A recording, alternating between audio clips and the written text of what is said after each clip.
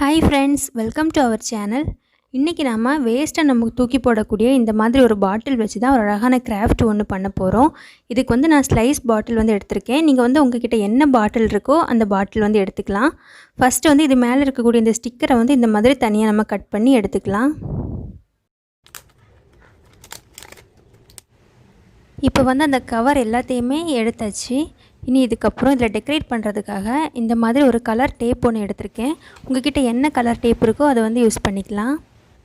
நான் வந்து green colour tape தான் எடுத்திருக்கேன். அதை வந்து இந்த மாதிரி பாட்டிலோட மேல் பக்கத்துலேருந்து கொஞ்சம் கீழே வரும்போது ஒரு பெண்டு மாதிரி இருக்கும், அதிலேருந்து இந்த மாதிரி ரவுண்டாக சுற்றிக்கலாம்.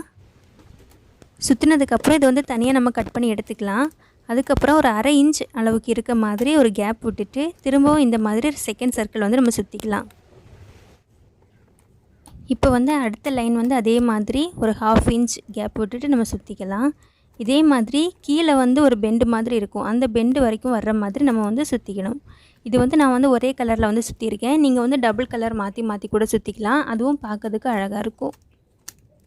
இப்போ வந்து அந்த கீழே வரக்கூடிய பெண்டு வரைக்கும் சுற்றியாச்சு. எனக்கு வந்து இந்த பாட்டிலில் ஒரு 6 லைன்ஸ் வந்து வந்திருக்கு. நீங்கள் வந்து எவ்வளோ பெரிய பாட்டில் எடுக்கிறீங்களோ இல்லை சின்ன பாட்டில் எடுக்கிறீங்களோ அந்த சைஸ்க்கு ஏற்ற மாதிரி இதை வந்து நீங்கள் சுற்றிக்கலாம். நெக்ஸ்ட்டு வந்து இந்த மாதிரி ஒரு நைஃப் வச்சு அந்த பாட்டிலில் நம்ம அந்த டேப் ஒட்டியிருக்க அந்த பிளேஸ்லேருந்து இந்த மாதிரி ஒரு கட் கொடுத்துக்கலாம். இந்த பாட்டில் வந்து ஃபஸ்ட் டைம் கட் பண்ணும்போது கொஞ்சம் கஷ்டமாக இருக்கும். கொஞ்சம் நைஃப் வந்து ஷார்ப்பாக இருந்ததுன்னா ரொம்ப ஈஸியாகவே கட் பண்ணிக்கலாம். நம்ம ஸ்டார்ட் பண்ணுறதுக்கு மட்டும் நைஃப் வச்சு ஒரு சின்ன ஹோல் ஒன்று போட்டுட்டு அதுக்கப்புறம் இந்த மாதிரி சிசர் வச்சு ஈஸியாக வந்து நம்ம கட் பண்ணிக்கலாம். நெக்ஸ்ட்டு வந்து இப்போ நம்ம கட் பண்ணதுக்கு பக்கத்துலேயே ஒரு 1/2 இன்ச் அளவுக்கு கேப் விட்டு அடுத்த லைன் அதே மாதிரி வந்து கட் பண்ணிக்கிறோம். ஃபஸ்ட்டு வந்து கொஞ்சம் நைஃப் வச்சு கட் பண்ணிவிட்டு அதுக்கப்புறம் சிசர் வச்சு கட் பண்ணிக்கிறோம். இந்த சிசர் வச்சு கட் பண்ணும்போது நம்ம டேப் வந்து மேலே எவ்வளோ கேப் ஒட்டியிருக்கோமோ அது வரைக்கும் கட் பண்ணிக்கலாம். அதே மாதிரி கீழேயும் நம்ம டேப் ஒட்டியிருக்கிற அளவுக்கு வந்து கட் பண்ணிக்கலாம். நான் வந்து சிசர் நைஃப் ரெண்டையுமே மாற்றி எது ஈஸியாக இருக்கோ அதை வச்சு கட் பண்ணிக்கிறேன். இந்த மாதிரி நம்ம சுற்றி ஃபுல்லாகவே ஒரு 1/2 இன்ச் கேப் இருக்க மாதிரி இதை வந்து கட் பண்ணி எடுத்துக்கலாம். நான் வந்து இப்போ ஃபுல்லாக கட் பண்ணி முடிச்சுட்டு உங்களுக்கு காமிக்கிறேன். இப்போ வந்து நான் ஃபுல்லாக கட் பண்ணி முடிச்சிட்டேன். இந்த மாதிரி நமக்கு தனித்தனியாக கேப் இருக்க மாதிரி வந்து கட் பண்ணிக்கணும். சுற்றி ஃபுல்லாகவே இந்த மாதிரி நம்ம தனித்தனி பீஸாக வர்ற மாதிரி கட் பண்ணியாச்சு. அதுக்கப்புறம் இந்த மாதிரி ரெட் கலர் டேப் ஒன்று எடுத்திருக்கேன். அதை வந்து அந்த பாட்டிலோட கேப் பக்கத்தில் மேலே இருந்துட்டு நம்ம கீழே இப்போது அந்த க்ரீன் கலர் டேப் ஒட்டியிருக்கிற அந்த இடம் வரைக்கும் இந்த மாதிரி வந்து ஒட்டிக்கலாம். நான் வந்து ரெட் கலர் எடுத்திருக்கேன். உங்கள்கிட்ட என்ன கலர் டேப் இருக்கோ அதை வந்து நீங்கள் உங்கள் க்ரியேட்டிவிட்டிக்கு ஏற்ற மாதிரி அதை வந்து யூஸ் பண்ணிக்கலாம்.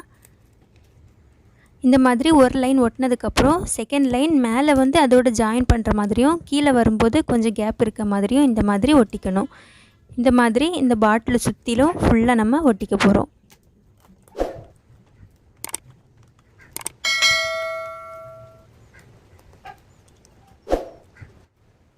சுற்றி ஃபுல்லாக ஒட்டினதுக்கப்புறம் இந்த மாதிரி ப்ளூ கலர் டேப் ஒன்று எடுத்திருக்கேன். அதை வந்து நம்ம ஒட்டினதோட மேலே எண்ட்லேயும் கீழே எண்ட்லேயும் சுற்றி ஒரு ரவுண்ட் ஷேப்பில் வந்து நம்ம ஒட்டிக்கலாம். அப்போ தான் நம்ம ஒட்டி இருக்கக்கூடிய அந்த எட்ஜஸ் எல்லாமே நமக்கு தெரியாமல் இருக்கும். அதுக்காக இந்த மாதிரி ஒரு டிசைன் மாதிரி இதை வந்து ஒட்டிக்கலாம். உங்கள்கிட்ட இன்னொரு கலர் இருக்குன்னா இதே மாதிரி யூஸ் பண்ணிக்கலாம். இல்லைனா நம்ம கீழே ஒட்டின அந்த க்ரீன் கலரையே இதே மாதிரி இந்த சர்க்கிளுக்கும் ஒட்டிக்கலாம்.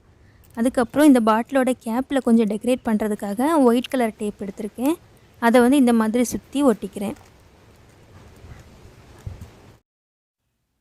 நெக்ஸ்ட்டு வந்து அந்த பாட்டிலில் நம்ம வந்து தனித்தனியாக கட் பண்ணி வச்சுருக்கக்கூடிய அந்த பீசஸ் எல்லாமே வெளியே வர மாதிரி இந்த மாதிரி ஒரு ப்ரெஸ் கொடுத்துக்கலாம். சுற்றி எல்லாத்தையும் அந்த மாதிரி ப்ரெஸ் பண்ணி விட்டதுக்கப்புறம் இந்த மாதிரி பாட்டிலோட மேல் பக்கத்தில் ஒரு கையை வச்சுட்டு நம்ம இப்படி ப்ரெஸ் பண்ணோன்னா நம்ம ஹோல்ட் பண்ணி விட்டது எல்லாமே இந்த மாதிரி வெளியே வர்ற மாதிரி வரும். சில பீசஸ் மட்டும் வராமல் இருக்கும், அதையும் வந்து நம்ம கை வச்சு இந்த மாதிரி எடுத்து விட்டுக்கலாம்.